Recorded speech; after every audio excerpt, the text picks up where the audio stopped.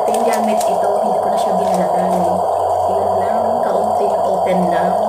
Maganda pala siya sa mukha, guys. Lambot. Banlaw na tayo. Ayan, tapos na.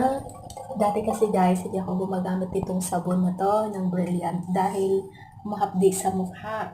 So ngayon, nagamit ko na, ayun. Pinkis na siya. Sige. At maglagay tayo ng toner. At ngayon guys, maglagay tayo ng toner. Ayan guys, nakalagay na ako ng toner. So, yun nga, yung may mga maliliit na pimples.